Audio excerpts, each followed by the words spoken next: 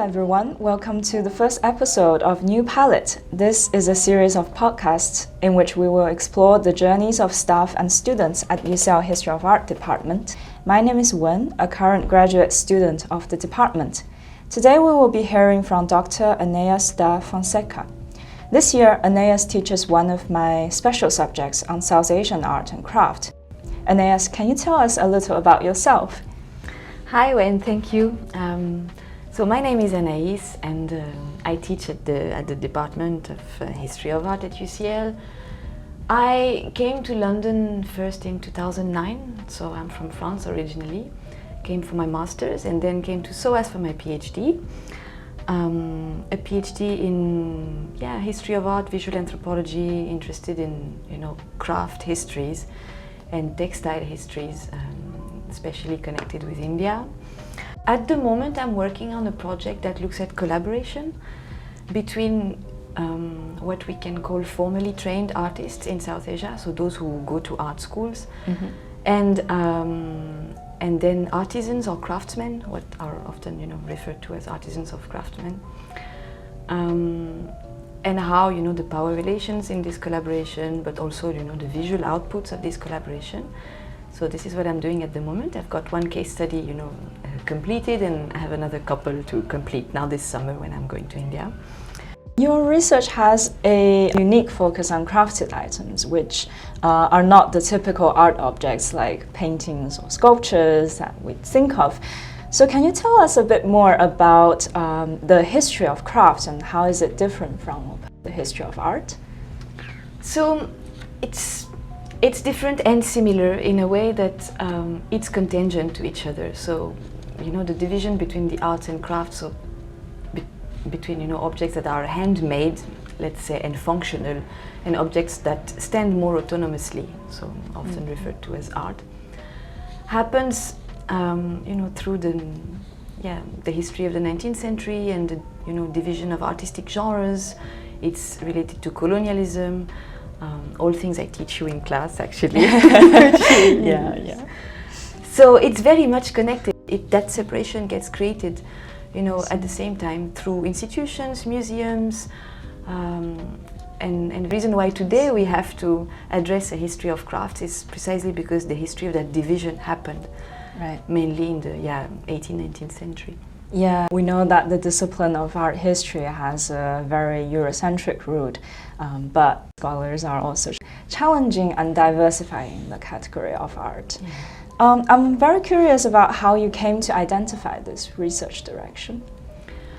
Well, I guess I would say it comes from personal experiences. So I initially wanted to be a fashion designer, if I'm fully honest with you. So I trained as design and applied art. I had my A-level in applied art.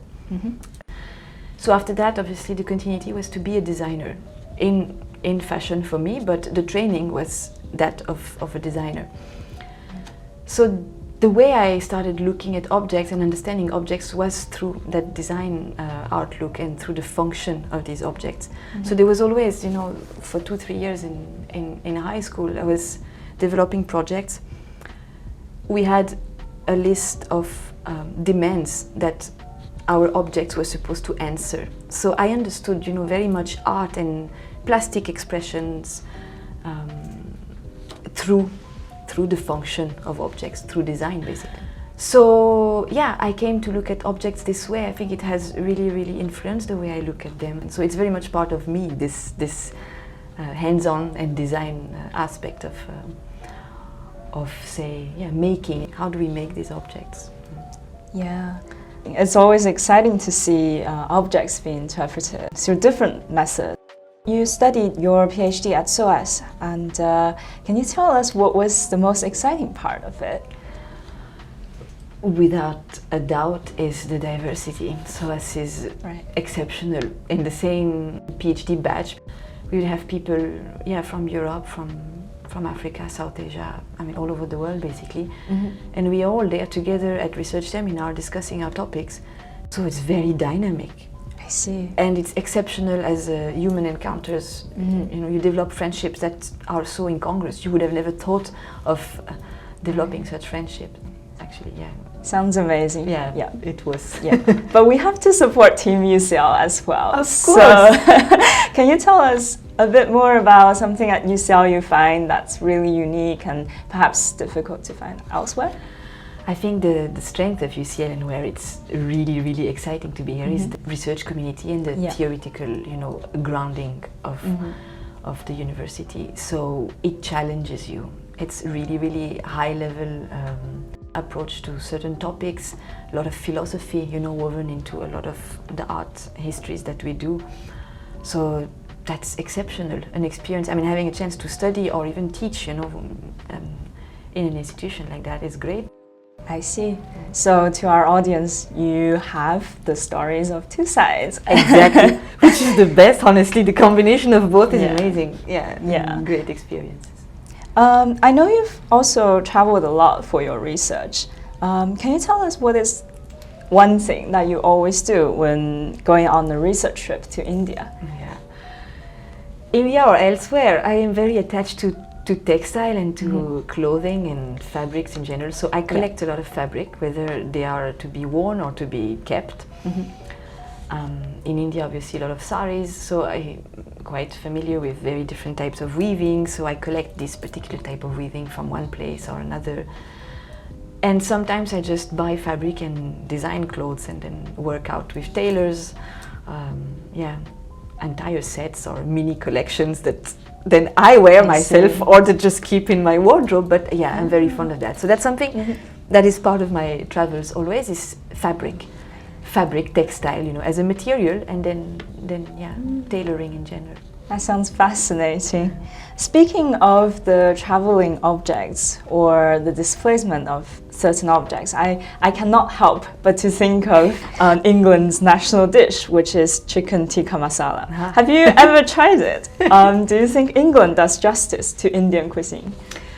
All right, a very interesting topic. I've tried it many times.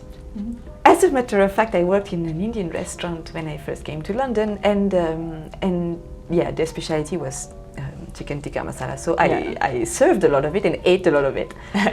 There are two ways to look at this. If you go in a very traditional, conservative way of keeping the traditional food culture of a place, of course, the chicken tikka masala in England is not an Indian dish that way, but it is an Indo-English, an Indo-British dish, right? It stands on its own. It doesn't need to be associated to one or the other place.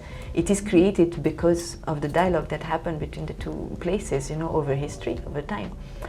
So chicken tikka masala does not exist as a dish in India. The title, that name, does not exist anyhow. Right. It's very sweet, very creamy, so it's a very European input into the making.